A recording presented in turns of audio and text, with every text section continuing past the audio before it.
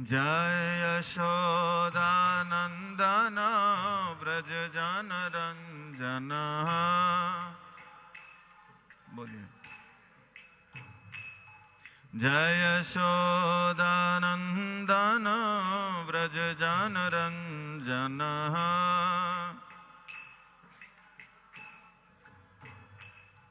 जय यशोदानंदन व्रज जन रंजन। यशोदानंदन जय यशोदानंदन व्रज जन रंजन। यशोदानंदन यशोदानंदन व्रज जन रंजन।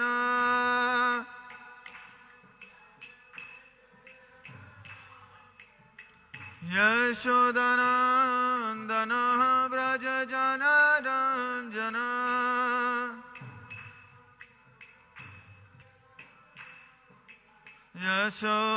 यशोदानंदन व्रज जन रंजन। यशोदानंदन यमुना तीरा वनचारी। यमुना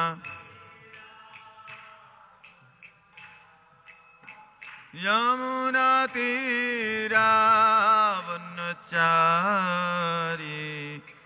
तीरा जय राध माधव कुंज बिहारी। जय राध माधव जय राधा माधव कुंज बिहारी। जय राधा माधव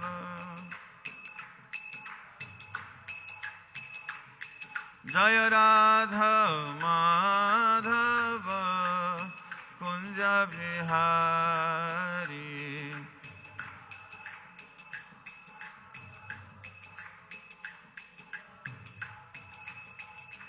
जय गोपी जन वल्लभ गिरिवरधारी। जय गोपी जन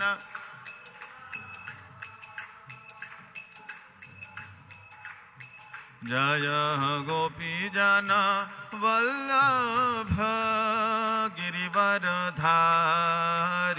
जय गोपी जन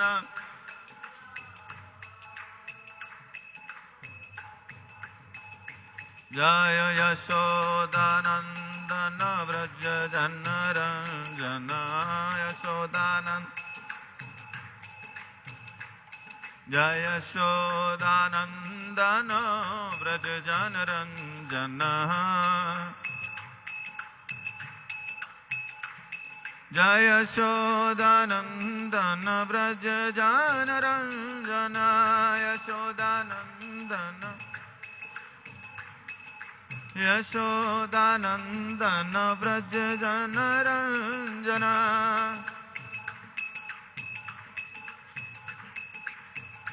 यमुना तीरा वनचारी। यमुना तीरा यमुना तीरा वनचारी। यमुना तीरा जय राधा माधव कुंज बिहारी। जय राधा माधव कुंज बिहारी। जय राधा माधव कुंज बिहारी। जय राधा माधव जय राधा माधव कुंज बिहारी। जय Radha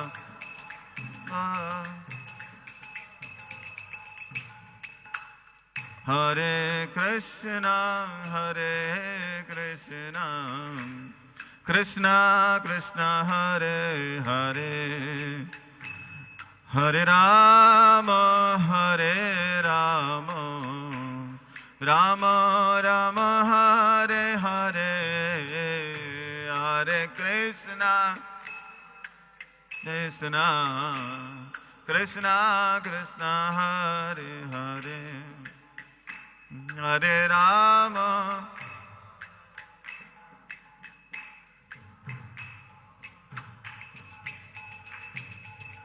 Hare Krishna, Hare Krishna, Krishna Krishna, Hare Hare, Hare Rama, Hare Rama, Rama Rama, Hare Hare, Hare Krishna, Hare Krishna,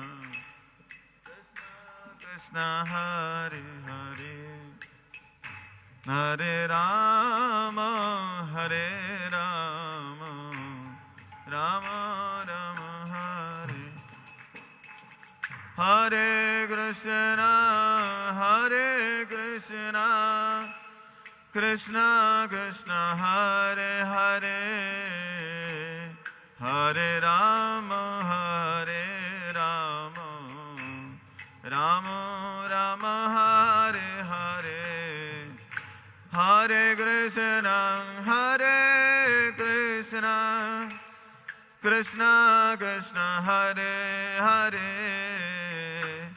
Hare Rama, Hare Rama, Rama Rama, Hare Hare, Hare Krishna, Hare Krishna, Krishna Krishna, Hare Hare, Hare Rama, Hare Rama, Rama Rama, Hare Hare, Hare Krishna, Krishna Krishna, Hare Hare, Hare Rama, Hare Rama, Rama Rama, Hare Hare, Hare Krishna, Krishna Krishna, Hare Hare, Hare Ram, Ram Ram, Hare Hare, Hare Krishna, Krishna, Hare Hare,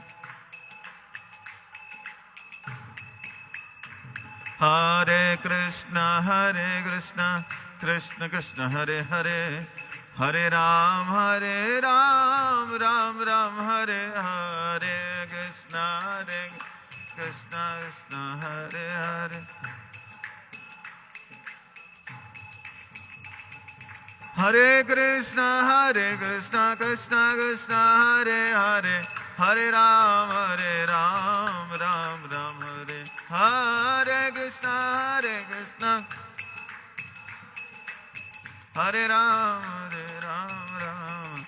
Hare Krishna, Krishna Krishna, Hare Hare, Hare Ram, Ram Ram, Hare Hare,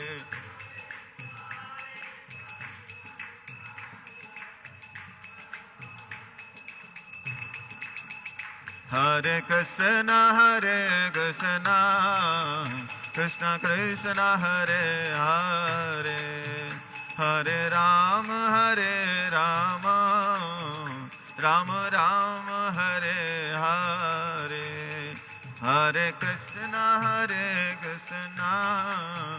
Krishna Krishna, Hare Hare, Hare Ram, Ram Ram, Hare Hare, Hare Krishna, Krishna Krishna, Hare Hare, Hare Ram, Ram Ram, Hare Hare, Hare Krishna,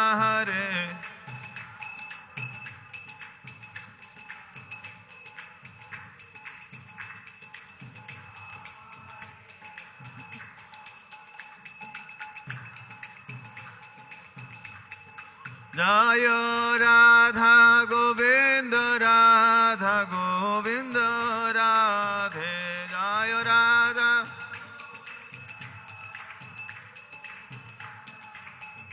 जय राधा गोविंद राधा गोविंद राधे।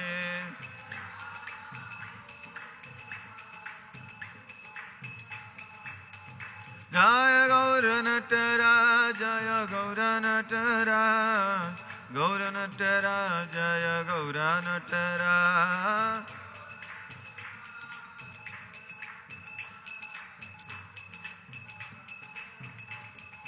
जय जगन्नाथ जगन्नाथ बलदेव जय सुभद्रमा जय जगन्नाथ।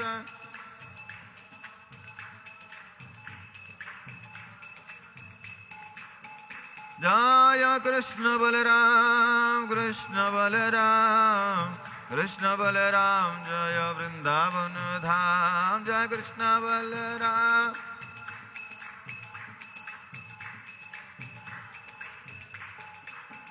जय जय गुरुदेव गुरुदेव गुरुदेव जय गुरुदेव जय।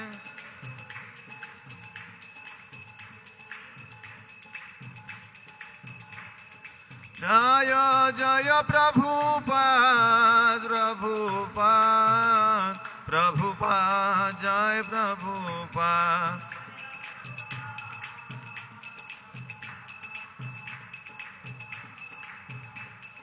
निताय गौर हरि बोल हरि बोल हरि बोल गौर हरि बोल।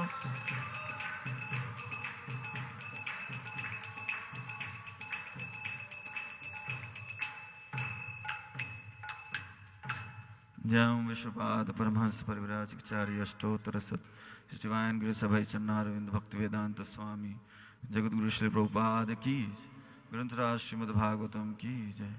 लीला पुरुषोत्तम भगवान श्री कृष्ण की श्री श्री राधा गोविंद देव जी की श्री श्री जगन्नाथ बलदेव सुभद्रा माई सुदर्शन की अनंत कोटि वैष्णव भक्त वृंद की शील प्रभुपाद की Nitai गौप्यमानंदे। All glories to Samadhi Hare Krishna. All glories to Samadhi Hare Krishna. All glories to Sri Guru and Gauranga Srila Prabhupada ki jai.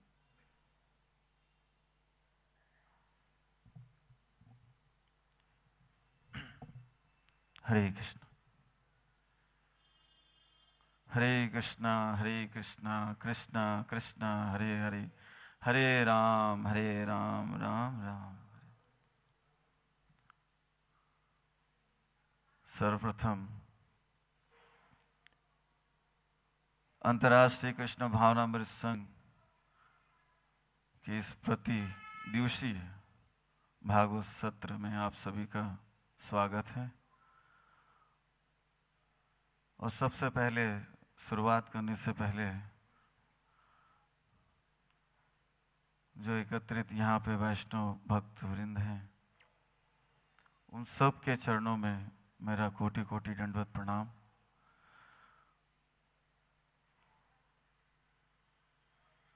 तो आज जैसे कि यहाँ पे श्रीमद् भागवतम के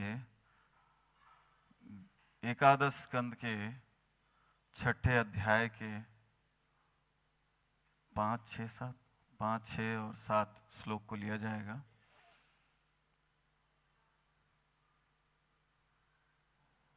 इस श्लोक में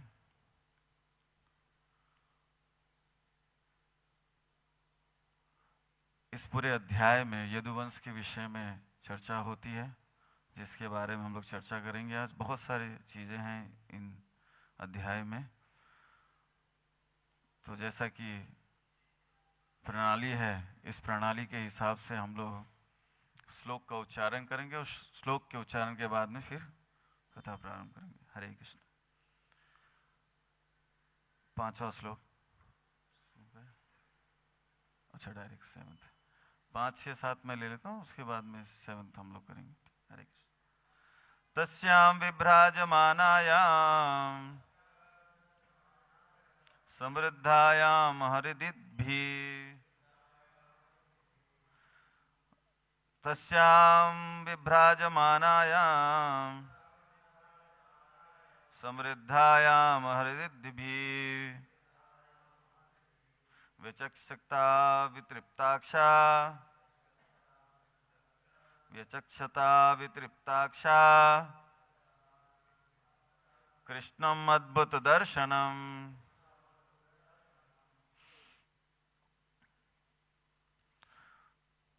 छठा श्लोक। स्वर्गोद्यानोपगैर्माल्यैः छादयन्तो यदुत्तमम्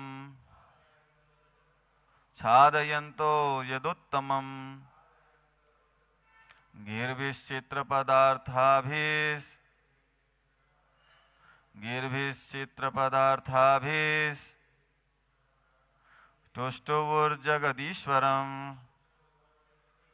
तुष्टुवुर्जगदीश्वरम्। ओम नमो भगवते वासुदेवाय। ओम नमो भगवते वासुदेवाय। ओम नमो भगवते वासुदेवाय। नारायणं नमस्कृत्यं नरं चैव नरोत्तमं देवीं सरस्वतीं व्यासं ततो जयमुदीरयेत्। नष्टप्रायेषु भद्रेषु नित्यं भागवत सेवया भगवती उत्तमश्लोके भक्तिर्भवति नैष्ठिकी। वासुदेव परा वेदा वासुदेव परामखा वासुदेव परा योगा वासुदेव परा क्रिया वासुदेव परं ज्ञानं वासुदेव परं तपः वासुदेव परो धर्मो वासुदेव परा गतिः। शान्ताकारं भुजगशयनं पद्मनाभं सुरेशं विश्वाधारं गगनसदृशं मेघवर्णं शुभांगं लक्ष्मीकान्तं कमलनयनं योगिभिर्ध्यानगम्यं वन्दे विष्णुभवभैरं सर्वलोकैकनाथं। यं ब्रह्मा वरुणेन्दुरुद्रमरुतस्तुनुवन्ति दिव्यैस्तवै वेदैः साङ्गपदनुकुमोतिसहिता गायन्ति यं सामगा। ध्यानावस्थित तद्गतेन मनसा पश्यन्ति योगिनो यस्यां तन्विदुषरासुरगणा देवाय तस्मै नमः। नमस्तुते व्यासविशालबुद्धे पुल्लारविन्दायतपत्रनेत्रं तेन त्वया भारततैलपूर्णः प्रज्वालितो ज्ञानमया प्रदीप आजानुलम्बितभुजौ कनकावदातौ संकीर्तनैकपितरौ कमलायताक्षौ विश्वाम्भरो द्विजवरो युगधर्मपालौ वन्दे जगत्प्रियकरौ करुणावतारौ। मुखं करोति वाचालं पङ्गुं लङ्घयति गिरिं यत्कृपातमहं वन्दे परमानन्दमाधवं श्रीगुरुदीनतारिणं श्रीकृष्णचैतन्य ईश्वरम्। नमो ओं विष्णुपादाय कृष्णप्रेष्ठाय भूतले श्रीमते भक्तिवेदान्तस्वामिनिति नामिने। नमस्ते सरस्वती देवे गौरवाणी प्रचारिणे निर्विशेषशून्यवादी पाश्चात्यदेशतारिणे। ओम अज्ञानतिमिरान्धस्य ज्ञानाञ्जनशलाखया चक्षुरुन्मीलितं येन तस्मै श्रीगुरवे नमः। श्रीचैतन्यमनोभीष्टं स्थापितं येन भूतले स्वयं रूपकदा मह्यं ददाति स्वपदान्तिकं। वन्देऽहं श्रीगुरो श्रीयुतपदकमलं श्रीगुरून् वैष्णवांश्च श्रीरूपं साग्रजातं सहगणरघुनाथान्वितं तं सजीवं साद्वैतं सावधूतं परिजनसहितं कृष्णचैतन्यदेवं श्रीराधा कृष्णपादान् सहगणललिता श्रीविशाखानुतांश्च। हे कृष्ण करुणा सिंधु दीनबन्धु जगत्पते गोपेश गोपिकाकान्त श्रीराधाकान्त नमस्तुते। तप्त कांचन गौरांगी श्रीराधे वृंदावनेश्वरी वृषभानुसुते देवी प्रणमामि हरिप्रिये। वाञ्छाकल्पतरुभ्यश्च कृपा सिन्धुभ्येव च पतितानां पावनेभ्यो वैष्णवेभ्यो नमो नमः। नमो महावदन्याय कृष्ण प्रेम प्रदायते कृष्णाय कृष्ण चैतन्य नामिने गौरतिसे नमः। नीलाचल निवासाय नित्याय परमात्मने बलभद्र सुभद्राभ्यां जगन्नाथाय ते नमः। जय श्री कृष्ण चैतन्य प्रभु नित्यानंद श्री अद्वैत गदाधर शिवासादि गौर भक्तविंद। हरे कृष्णा कृष्णा कृष्णा हरे हरे, हरे राम राम राम हरे हरे। कृष्णा कृष्णा कृष्णा हरे हरे, राम राम हरे हरे। कृष्णा कृष्णा कृष्णा हरे हरे, हरे राम राम राम हरे हरे। हरे कृष्ण। फिर से एक बार अनुवृत्ति करेंगे श्लोक का। हरे कृष्ण। तस्यां विभ्राजमानायां समृद्धायां हरिद्भिः विचक्षता वितृप्ताक्षा कृष्णम् अद्भुत दर्शनम्। तस्याम, उस द्वारिका में, विभ्राजमानायाम, फिफ्थ सिक्स हो गए, ओके, सेकंड टेक। तो इसका अनुवाद लेंगे और आज का श्लोक जो है 7वां श्लोक है, उसको हम लोग दोहराएंगे। हरे कृष्ण। तो अनुवाद। समस्त प्रकार के श्रेष्ठ ऐश्वर्यों से समृद्ध उस द्वारिका की सुशोभित नगरी में देवताओं ने श्री कृष्ण के अद्भुत रूप को अतृप्त नेत्रों से देखा। छठा श्लोक। देवताओं ने समस्त ब्राह्मणों के परम स्वामी को स्वर्ग के उद्यानों से लाए गए फूलों के हारों से ढक दिया। तब उन्होंने यदुवंश शिरोमणि भगवान के मोहक शब्दों तथा भावमय कथनों से प्रशंसा की। श्री देवाऊचु नतास्मते नाथ पदारविंदम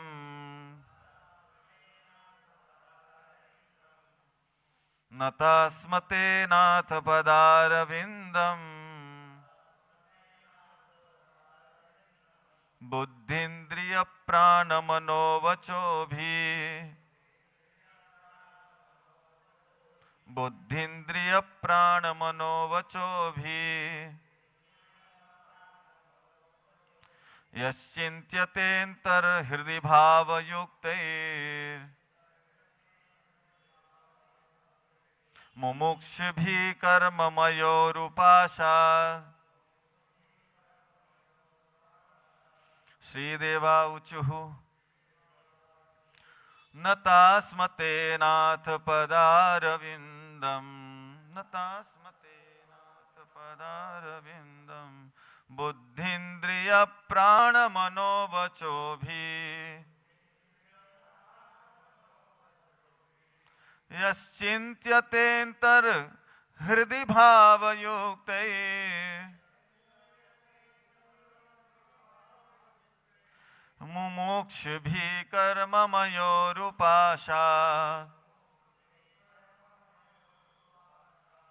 नतास्मते नाथ पदारविंदम बुद्धिन्द्रिय प्राण मनोवचो भी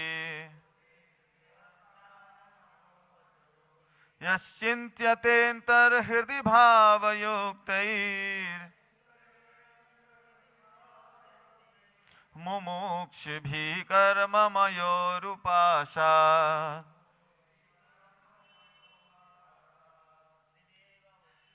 श्रीदेवाऊचु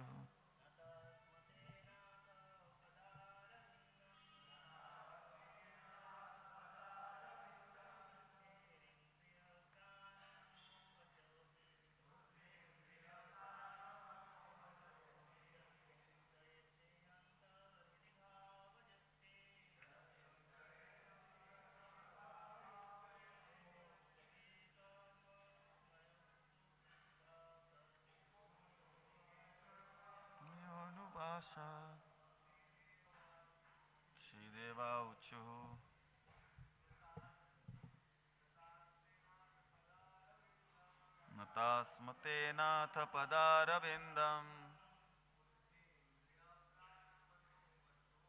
बुद्धिन्द्रिय प्राणमनो वचोभिः यच्चिन्त्यतेऽन्तर्हृदि भावयुक्ते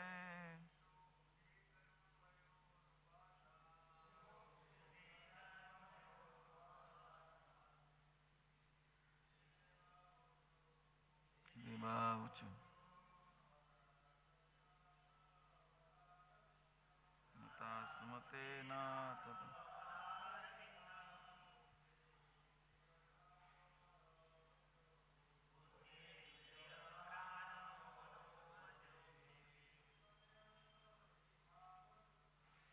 चिन्त्यतेऽन्तर्हृदि भावयुक्तैर् मुमुक्षुभिः कर्ममयोरुपाशा माताजी श्रीदेवावुचु नतास्मते नाथ पदारविन्दम् बुद्धिन्द्रिय प्राणमयो वचोभिः चिन्त्यतेऽन्तर्हृदि भावयुक्तैर् मुमुक्षुभिर्कर्ममयोरुपाशा माताजी लोग में ठीक। हरे कृष्ण। श्री देवाऊचु देवताओं ने कहा नतास स्म हम नतमस्तक हैं ते तुम्हारे नाथ हे स्वामी पद अरविंदम चरण कमलों को बुद्धि अपनी बुद्धि से इंद्रियां प्राण प्राणवायु मनः मन वचो भी तथा शब्दों से यत जो चिंत्यते चिंतन किए जाते हैं अंतः हृदय के भीतर भावयुक्त ही योगाभ्यास में स्थिर चित्त वालों को मुमुक्षु भी मुक्ति के लिए प्रयत्नशीलों के द्वारा कर्ममय सकाम कर्म के फलों के उरुपाशात महान बंधन से। अनुवाद एवं तात्पर्य श्री अभय चरणारविंद भक्तिवेदांत स्वामी श्री प्रभुपाद के शिष्यों के द्वारा। श्रील प्रभुपाद की जय। अनुवाद आप लोग मेरे पीछे दोहराइए। देवताओं ने कहा हे प्रभु बड़े बड़े योगी कठिन कर्म बंधन से मुक्ति पाने का प्रयास करते हुए अपने हृदयों में आपके चरण कमलों का ध्यान अतीव भक्ति पूर्वक करते हैं। हम देवतागण अपनी बुद्धि इंद्रियां प्राण मन तथा वाणी आपको अर्पित करते हुए आपके चरण कमलों पर नत होते हैं। तात्पर्य श्रील श्रीधर स्वामी के अनुसार इस श्लोक का स्म शब्द विस्मय का सूचक है। देवता इसलिए चकित थे क्योंकि बड़े बड़े योगी अपने हृदयों के भीतर ही भगवान के चरण कमलों का चिंतन कर पाते हैं, किंतु द्वारका आने पर देवतागण अपने समक्ष भगवान के सारे शरीर को देख सके, इसलिए शक्तिशाली देवताओं ने भगवान को दंड प्रणाम किया। ऐसे दंडवत प्रणाम का वर्णन नीचे किया गया है। दोर्भ्याम पदभ्याम जानुभ्याम ऊर्षा शीर्षा दृशा मनसा वचसा चेति प्रणामोष्ठांग ईरितः। 8 अंगों से किए जाने वाले प्रणाम में 2 बाहें, 2 पांव, 2 घुटने, वक्षस्थल, सिर, आंखें, मन तथा वाक शक्ति भाग लेती है। भौतिक प्रकृति की धाराएं अत्यंत प्रबल हैं और इसलिए मनुष्य को चाहिए कि मजबूती से भगवान के चरण कमलों में चिपक जाए, अन्यथा इंद्रिय तृप्ति एवं मानसिक चिंतन की उग्र लहरें मनुष्य को उसकी स्वाभाविक स्थिति से, जो कि भगवान के प्रेमी दास के रूप में है, दूर बहा ले जाएगी और मनुष्य उरुपाशात जैसे कठोर बंधन में गिर जाएगा। हरे कृष्णा कृष्णा कृष्णा हरे हरे, हरे राम राम राम हरे हरे। तो बहुत ही सुंदर श्लोक यहाँ पे लिया जा रहा है। ये श्लोक शुरुआत से पहले हम लोग ने सार रूप में देखा है कि किस तरीके से ये कथा कहाँ से कहाँ पहुंची है। 11वें स्कंद के शुरुआत में हमने देखा कि किस प्रकार भगवान योजनाबद्ध होकर यदुवंश के विनाश के लिए योजना बनाते हैं और अपनी लीलाओं को समाप्त करके निज धाम स्वधाम को प्रयाण करने के लिए व्यवस्था करते हैं। तो क्या करते हैं? तो ऐसी युक्ति लगाते हैं कि जिसके द्वारा यदुवंशियों के द्वारा अपराध हो जाए, है ना। अपराध होता है और अपराध के कारण ऐसा प्रश्न आता है बीच में। परीक्षित महाराज प्रश्न करते कि कैसे यदुवंश तो ब्राह्मण प्रेमी थे, तो ब्राह्मण प्रेमी होने के कारण फिर भी वे कैसे अपराध कर दिए ब्राह्मणों का, और जिसके कारण इतना बड़ा विनाश हुआ। तो इस प्रश्न का उत्तर देते हुए इस लीलाओं को बताते हैं भगवान। यहाँ पे सुखदेव गोस्वामी बहुत ही सुंदर ढंग से प्रस्तुत कर रहे हैं। तो यदुवंश का विनाश होने से पहले जैसे कि लीला है, आपने श्रवण किया है पहले के अध्यायों में, पहले के श्लोकों में, कि किस प्रकार ब्राह्मण के श्राप से मूसल होता है और मूसल से फिर आगे जाकर यदुवंश के विनाश के लिए जब यदुकुल के बच्चे जब जाते हैं यदुकुल नरेश के पास और कहते हैं कि ऐसा ऐसा हो गया, सारे दृष्टांत बताते हैं कि बहुत बड़ा अपराध हो गया है, हम लोग ने मजाक में जाकर कह दिया कि हाँ इसको क्या होने वाला है बताइए। तो ब्राह्मण क्रुद्ध हो गए और क्रुद्ध होकर उन्होंने श्राप दिया जिसके द्वारा ये मूसल हुआ और मूसल से और उन्होंने कहा इसी से यदुवंशों का नाश होगा। तो इसका क्या किया जाए?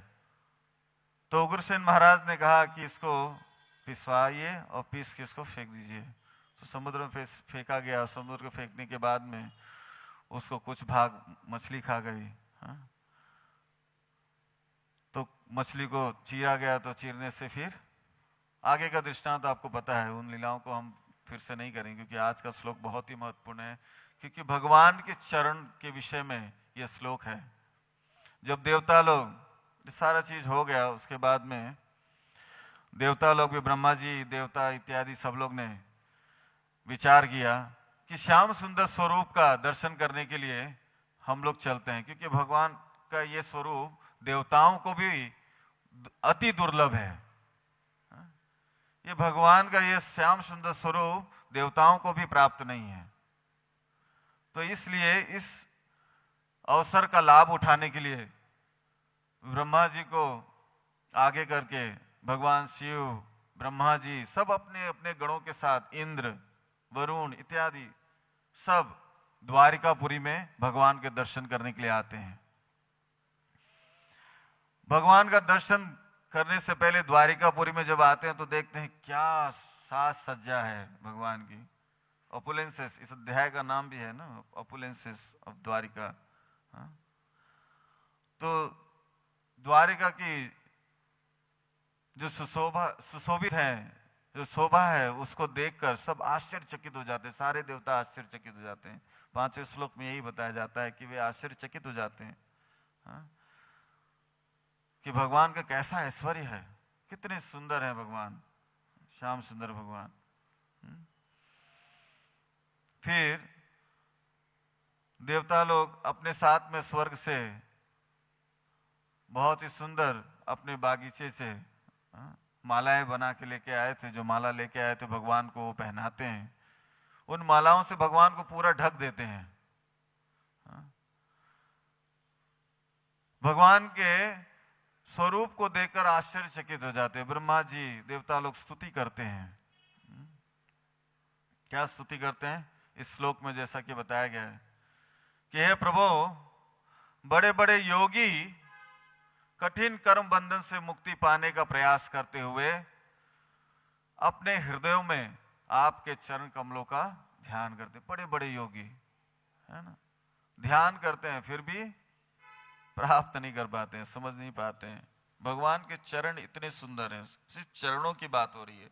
ये चरणों के ऊपर उन्होंने 7वें श्लोक से लेकर 19वें श्लोक तक देवताओं ने स्तुति की है, सिर्फ चरण के ऊपर।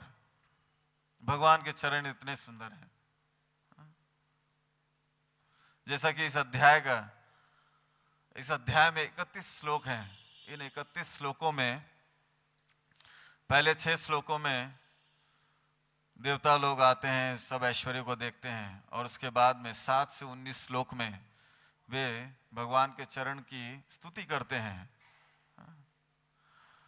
और 20 से 21 श्लोक में ब्रह्मा जी भगवान कृष्ण से प्रार्थना करते हैं कि अब आपने बहुत सारे कार्य कर लिए, अब स्वधाम को पधारिए। प्रार्थना करते हैं, और प्रार्थना करने के बाद में भगवान उनके याचना को सुनने के बाद में उनसे उत्तर देते हैं, उनके प्रश्नों के, कई प्रश्नों के। फिर 32 से 41 श्लोक में भगवान यादवों को कहते हैं कि प्रभास क्षेत्र में जाना चाहिए। जो यदु कुल के जो वरिष्ठ थे उन सबको बुलाते हैं, और बुला के कहते हैं कि सब लोग प्रभास क्षेत्र में जाइए। वो सब बताते हैं कि ऐसा ऐसा विनाश होगा, अब मैं भी निजधाम जाने वाला हूं। तो सारी योजना बताते हैं और उनको प्रभास के लिए प्रस्थान करने के लिए कहते हैं।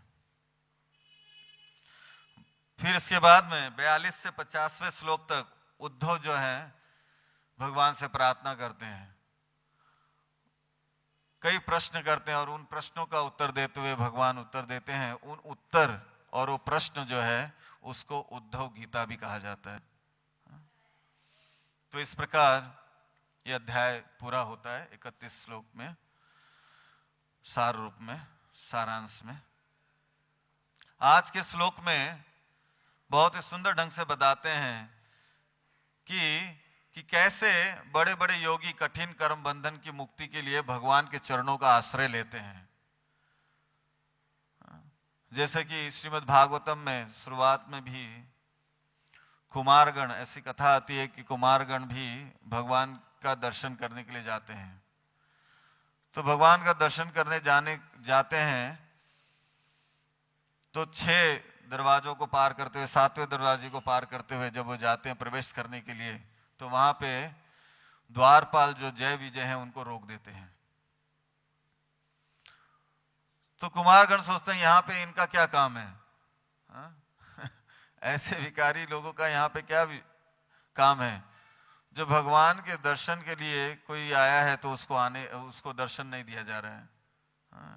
तो इसमें पद प्रतिष्ठा मान जिसके हृदय में है वो भगवान के शरण क्यों ले सकता है, नहीं ले सकता है। प्राय हम देखते हैं तो यहाँ पे सुखदेव 4 कुमार जो हैं वे श्राप देने जा रहे हैं, और जैसे ही वो श्राप देने जाते भगवान को ये योजना पता थी, भगवान को तो वैसे भी लीला करनी थी आगे। भगवान को अगर लड़ाई करना है, किसी से युद्ध करना है, तो उनके समान थोड़ा योद्धा होना जरूरी है ना। तो उसके लिए सारी योजनाएं करते हैं। तो यहाँ पे वे जैसे उनको पता चलता है, भगवान को भी पता चल जाता है कि अब कुमारगण जो है श्राप देने वाले, लेकिन भगवान इतने भक्त प्रेमी हैं कि भक्तों का कभी नाश नहीं हो। उन्होंने कहा है भगवद गीता में, है ना, न मे भक्त प्रणश्यति। तो श्राप देने वाले हैं, उनका और ज्यादा अहित न हो जाए, कि थोड़े में ही निपट जाए, इसके लिए भगवान तुरंत वहां से भागते हैं, लक्ष्मी जी को लेके वहां से भागते हैं, कुमार जी को दर्शन, कुमारों को दर्शन देने के लिए, सनत सनदन सनातन सनत कुमार को दर्शन देने के लिए वे दौड़ते हैं। और दौड़ते कैसे हैं? वैसे तो भगवान गरुड़ पर आते हैं, लेकिन यहाँ पे सब कुछ छोड़कर वो भाग रहे हैं, क्योंकि भगवान को पता था वे किस लिए आए हैं, उनके चरणों का दर्शन करने के लिए। तो अगर गरुड़ पे आएंगे तो क्या होगा, पैर चरण जो है वो ढक जाएगा, है ना, चरण पूर्ण रूप से दिखेगा नहीं। तो वे क्या किए, उन्होंने सब कुछ छोड़कर, पादुका इत्यादि सब छोड़कर वे भागे कुमारों को दर्शन देने के लिए। और जैसे वे दर्शन देने के लिए आए वहां पे, तो कुमारगण उनके स्वरूप को देखकर, स्वरूप को देखने से पहले चरणों को दर्शन किया। और चरण कैसे थे, तो उसका वर्णन करते हैं बहुत ही सुंदर श्लोकों में। तस्यारविंद नयन सपदारविंद किंजल कमिश्र तुलसी मकरंद वायु अंतर्गतः स्वविवरेण चक्र तेषां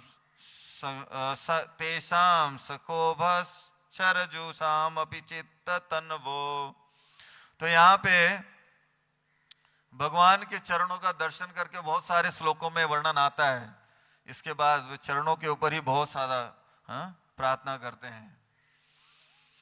तो यहाँ पे बताते हैं कि भगवान के चरण कैसे हैं। प्राय जब हम लोग किसी का चरण किसी को देखते हैं, सुंदरता देखते हैं, तो हम चरण देखने के बाद में जब मुख को देखते हैं तो फिर चरण पे नहीं जाते हैं, है ना। लेकिन भगवान के चरण तो भगवान के स्वरूप से ज्यादा सुंदर है। तो यहाँ कुमारगण जो है भगवान का चरणों का दर्शन करते हुए बहुत ही सुंदर ढंग से बताते कि उनके चरण कैसे हैं। उनके चरण जो है कमल चरण है ना, चरण कमल है, कमल के सदृश है।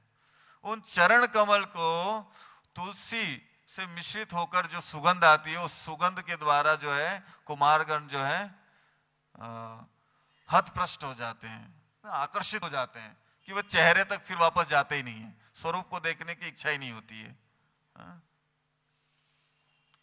जैसे एक सुंदर युवती को देखकर युवक जो है मोहित हो जाता है, स्वरूप को, चरण को देखा ठीक है, वो पायल के रुंझुन से, उसके बाद में फिल्मी स्टाइल में, और उसके बाद में फिर चेहरे को देखता है तो वापस फिर चरण को नहीं देखता। हम भी प्राय क्या करते हैं, चरणों को छुपाते हैं, इट्स नॉट लुकिंग गुड। पैर को नहीं दिखाना पसंद करते हैं, है ना, चरणों को दिखाना पसंद नहीं करते। तो वैसे ही लेकिन यहाँ भगवान के चरण जो है और भी बहुत सुंदर हैं। इसीलिए तो अलग अलग भक्त लोग प्रार्थना करते हैं। जैसे राजा कुलशेखर प्रार्थना करते हैं, मुकुंद मूर्धना प्रणिपत्य याचे भवन्तमेकान्तमियन्तमर्थम अविस्मृतिस्तव चरणारविंदे भवे भवे में सुभवत प्रसादा। क्या प्रार्थना करते हैं? मुकुंद मूर्धना प्रणिपत्याचे भवन्तमेकान्तमियन्तमर्थम, मुझे और कुछ नहीं चाहिए। हे मुकुंद, हे मुक्ति के दाता, मुझे सिर्फ आपके चरणों की स्मृति बनी रहे, उनको कभी नहीं भूलूं। ऐसे सुंदर चरण है भगवान के, अलग अलग श्लोकों में, अलग अलग जगह पे यहाँ वर्णन आता है। श्रीमद् भागवतम में लगभग सारे स्तुतियों में, प्रथम स्कंद में कितनी सारी स्तुतियां हैं, जैसे कुंती स्तुति, भीष्म स्तुति, सब जगह यही बताया जा रहा है, चरणों के विषय में चर्चा हो रही है। मुखार बिंदु पे तो बाद में जाते हैं, पहले चरणों की स्तुति होती है। आम हरे तो पादेक मूलम, आगे जाते हुए जैसे छठे स्कंद में वृत्तासुर भी प्रार्थना करते, आम हरे तो पादेक मूलम, सिर्फ आपके चरणों का आश्रय चाहिए, या जो आपके चरणों के आश्रित हैं उनका आश्रय चाहिए। तो ऐसे भगवान के चरण इतने सुंदर हैं, इतने सुंदर हैं कि भगवान को भी कभी कभी ऐसा हो जाता है कि ये है क्या इस चरणों में। तो वो भी क्या करते हैं, उसको आजमाने के लिए मार्कंडे ऋषि का आश्रय लेते हैं। हाँ? मार्कंडे ऋषि को भगवान की प्रकृति देखने का इच्छा हुआ। तो भगवान की प्रकृति देखने का किसको इच्छा होगा, किसी को होगा नहीं, ऐसे प्रकृति में फंसे हुए हैं सब। तो यहाँ पे प्रकृति देखने की इच्छा हुई, लेकिन भगवान ने देखा है जल से पूरित उस पर वट वृक्ष के पत्ते पर भगवान शयन कर रहे हैं। हाँ? करारविंदे न पदारविंदम मुखारविंदे विनिवेशयन्तम वटस्य पत्रस्य पुटे शयानम बालम मुकुंदम मनसा स्मरामि। तो भगवान क्या कर रहे हैं, वट वृक्ष पे लेटे हुए हैं और अपने अंगूठे को चूस रहे हैं, टेस्ट कर रहे हैं क्या है इसमें, इतना क्या टेस्ट है कि सब लोग लगे हुए हैं। गोपी गीत में तो गोपियां कहती हैं कि आपके चरण तो इतने कोमल हैं, इतने कोमल हैं, कमल को तो उपमा दी गई है, लेकिन वास्तविकता में कमल से भी ज्यादा कोमल है भगवान के चरण। तो बोले इतने कोमल है कि आप हमारे छाती पे रखेंगे, हमारी छाती जो है इतनी कठोर है, कहीं उससे आपके चरण को चोट न लग जाए।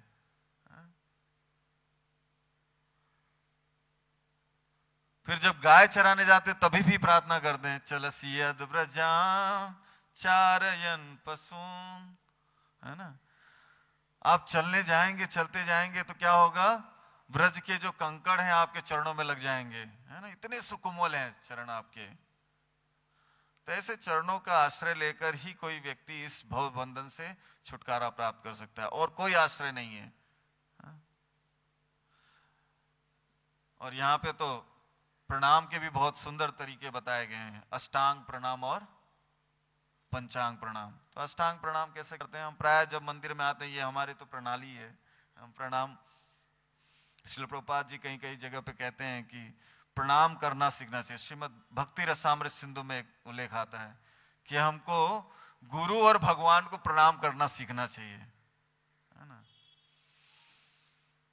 जैसे ही गुरु और भगवान को देखो तुरंत प्रणाम करना चाहिए। कैसे प्रणाम करना चाहिए, तो कहते हैं दंडवत, दंड जैसे गिर जाता है धड़ाम, वैसे। और अष्टांगों से, 8 अंगों से प्रणाम करना चाहिए। क्या क्या है 8 अंग, चैतन्य चरितामृत में बहुत ही सुंदर ढंग से बताते हैं। नेत्र नाभि वदन कर युग चरण यही अष्ट पद कृष्ण अंगे कर्पूर लिप्त कमल तारयाछे परिमल। तो यहाँ पे बताते हैं नेत्र नाभि वदन कर युग चरण। नेत्र, 2 नेत्र, नाभि 2 हाथ, 2 चरण, कितना हुआ, 2 4 6, और मुख। तो ये 8 कमल हैं भगवान के शरीर में। कौन कौन सी जगह,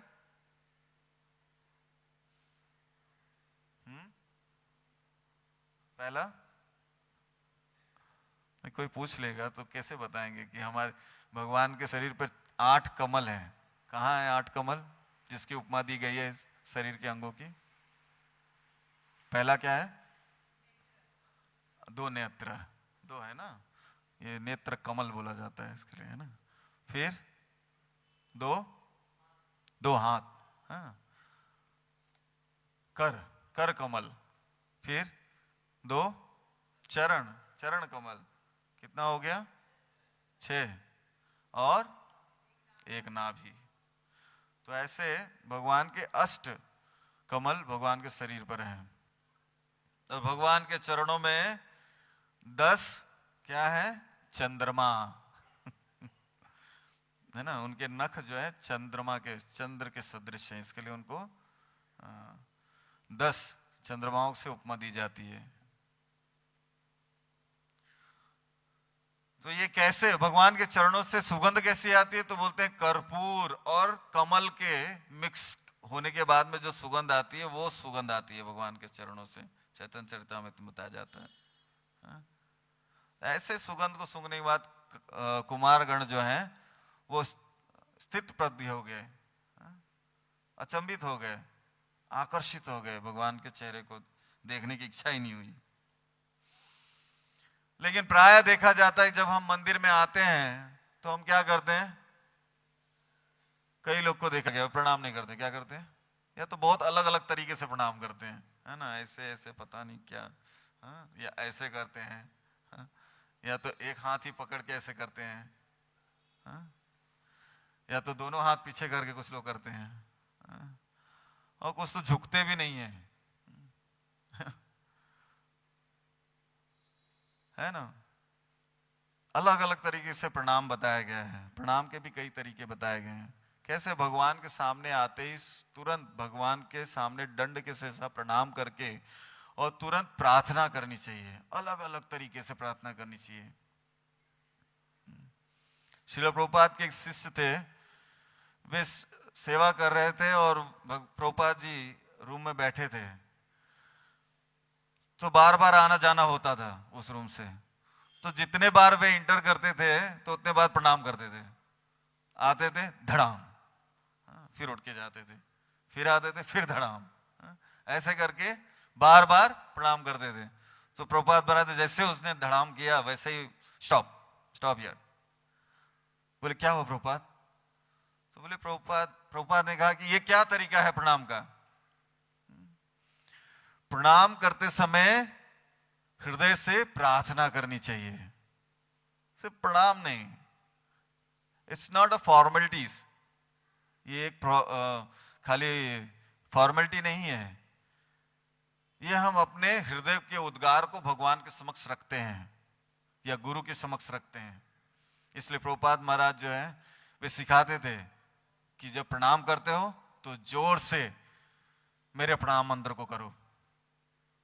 हम सोचेंगे कि प्रभुपाद महाराज क्यों अपने प्रणाम मंत्र करने के लिए जोर से कहने के लिए बोल रहे, लेकिन एक तरीके से सिखा रहे हैं, शिक्षा दे रहे हैं कि जब भी प्रणाम करें तो जोर से नमों विष्णुपदाय कृष्ण पृष्ठाय भूतले श्रीमते भक्ति वेदांत स्वामी नित्य नामिने नमस्ते सरस्वती देवे गौरवाणी प्रचारिणे निर्विशेष निर्वादी पाश्चात्य देशतारिणे। मंदिर में प्रवेश करते हैं तो पहले वांछा कल्पतरुभ्यश्च कृपा सिंधुभ्येव च पतितानां पावनेभ्यो वैष्णवेभ्यो। प्रभुपाद प्रणाम मंत्र, उसके बाद फिर अर्चा विग्रह का प्रणाम मंत्र। 3 मंत्रों को जोर से करना चाहिए। क्यों करना चाहिए? तो प्रभुपाद महाराज मैं सुनना चाहता हूं, आई वांट टू हियर। तो इसलिए जोर से करना चाहिए और हमारे हृदय को हम उद्गार करते हैं। लेकिन प्राय क्या होता है, हम प्रणाम ही नहीं करते हैं। ऐसे बहुत अहंकारी व्यक्ति हैं जो प्रणाम नहीं करते हैं, भगवान के सामने आते हैं ऐसे खड़े रहते हैं, ऐसे भी नहीं करते, ऐसे खड़े रहते हैं। उनसे बड़ा अहंकारी व्यक्ति मैंने देखा ही नहीं है। बहुत सारे ऐसे आते हैं, हम प्राय देखते हैं आरती में या प्रोग्राम में जब भी होता है तो ज्यादातर ऐसे व्यक्ति दिखते हैं। तो उसके ऊपर एक बहुत ही सुंदर कथा, मतलब कथा नहीं है, स्टोरी ध्यान में आती है कि एक व्यक्ति था स्टूपिड चंपकलाल। तो एक बहुत ही मूर्ख चंपकलाल था। उसकी मूर्खता के कारण उसका नाम मूर्ख चंपकलाल पड़ गया। क्या नाम पड़ गया? मूर्ख चंपकलाल। तो उसकी मूर्खता थी।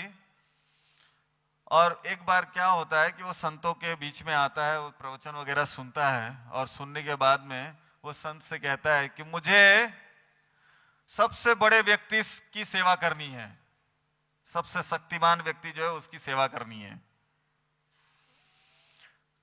तो संत जी जो रहते हैं, हमारे जैसे लोग जो हैं, उनको पहले क्या करते हैं, भगवान का स्वरूप दे देते हैं कि भाई भगवान कृष्ण का भजन कीर्तन कीजिए, ये स्वरूप है, इसकी सेवा कीजिए, यही सबसे शक्तिमान है, इससे शक्तिमान कोई और नहीं है।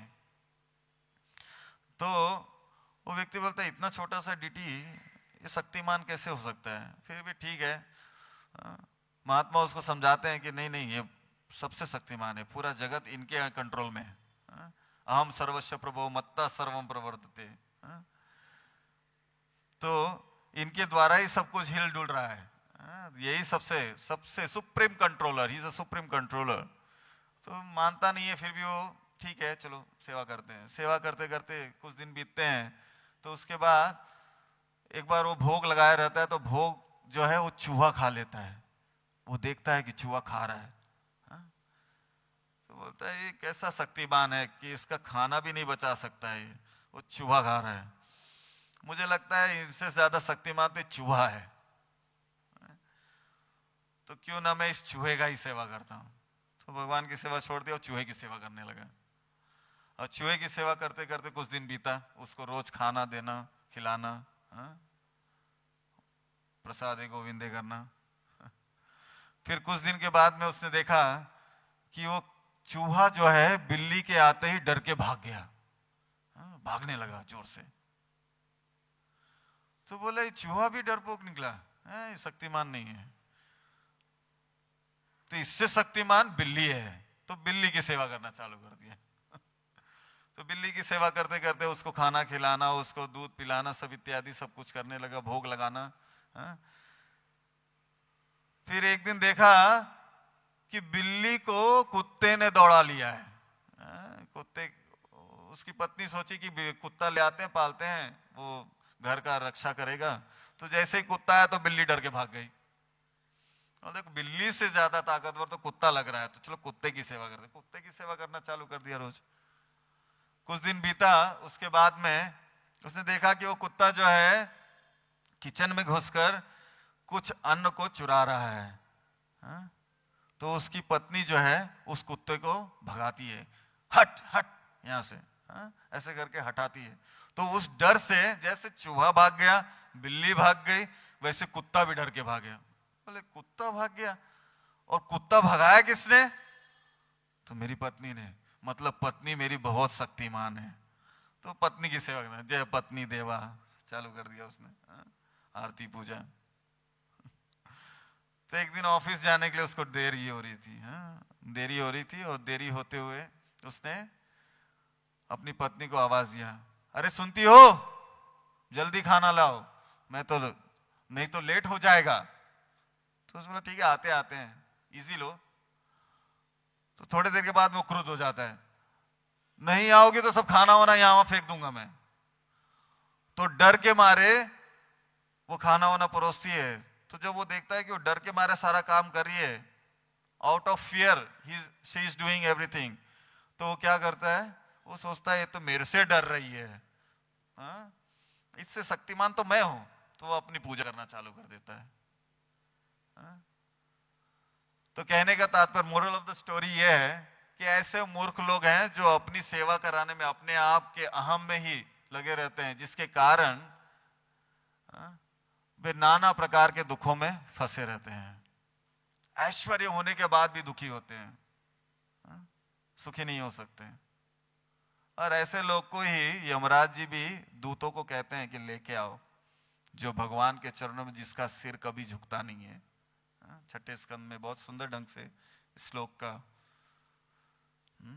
जीवान वक्ति भगवत गुणा नाम देहम चेतस न स्मरति तश्चरणारविंदम कृष्णाय नो नमति यशीरे कदापि तन तान आनद्धम अस्तो कृत विष्णु। ऐसे व्यक्ति को लेके आइए। जब अजामिल को लेने गए यमदूत, और वहां पे उन्होंने देखा कि नारायण शब्द लिया, उसने नाम उच्चारण किया, और जिसके द्वारा भगवान के दूत वहां आए और उनको डरा के भगा देते हैं। तो वे जाके शिकायत करते कि आपसे भी बड़ा कोई है क्या? हम लोग तो सोच रहे थे कि आप ही दंड देते हैं, सब कुछ देते हैं, तो आप ही सबसे बड़े हैं। अगर है तो पहले बताना चाहिए था ना, अभी तो मार खाते खाते बच के आए हैं।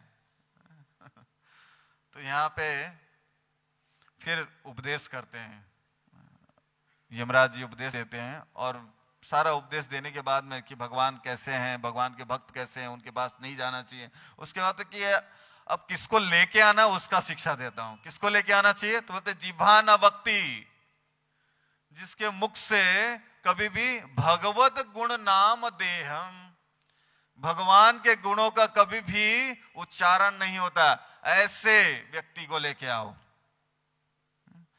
चेतस न स्मृति तश्चरणारविंदम, जिसके चित्त में कभी भगवान का स्मरण नहीं करता, चरण का स्मरण नहीं करता, ऐसे व्यक्ति को लेके आओ।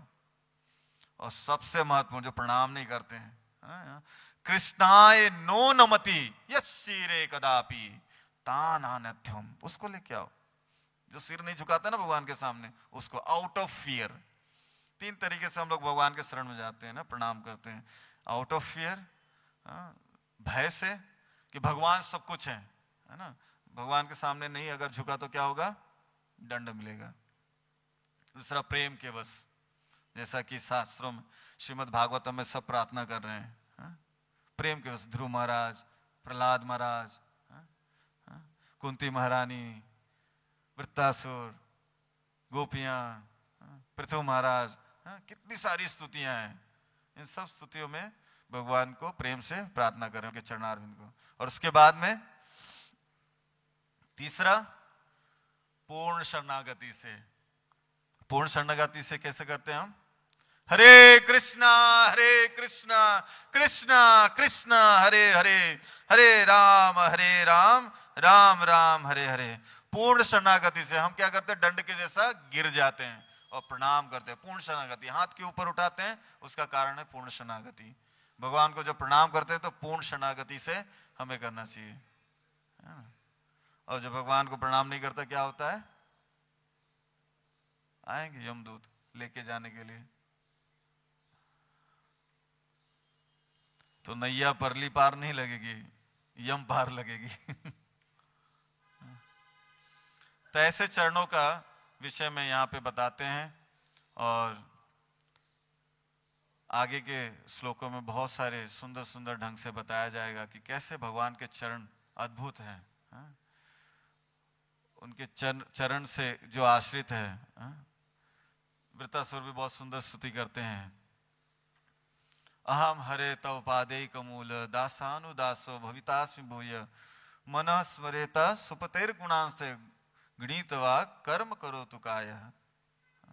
प्रार्थना करते हैं कि अहम हरे तव पादे कमूलम दासानुदासो भवित, आपके चरणों के जो आश्रित दास हैं, उन दासों का दास बनने का मेरी इच्छा है, और कुछ बनने की इच्छा नहीं है।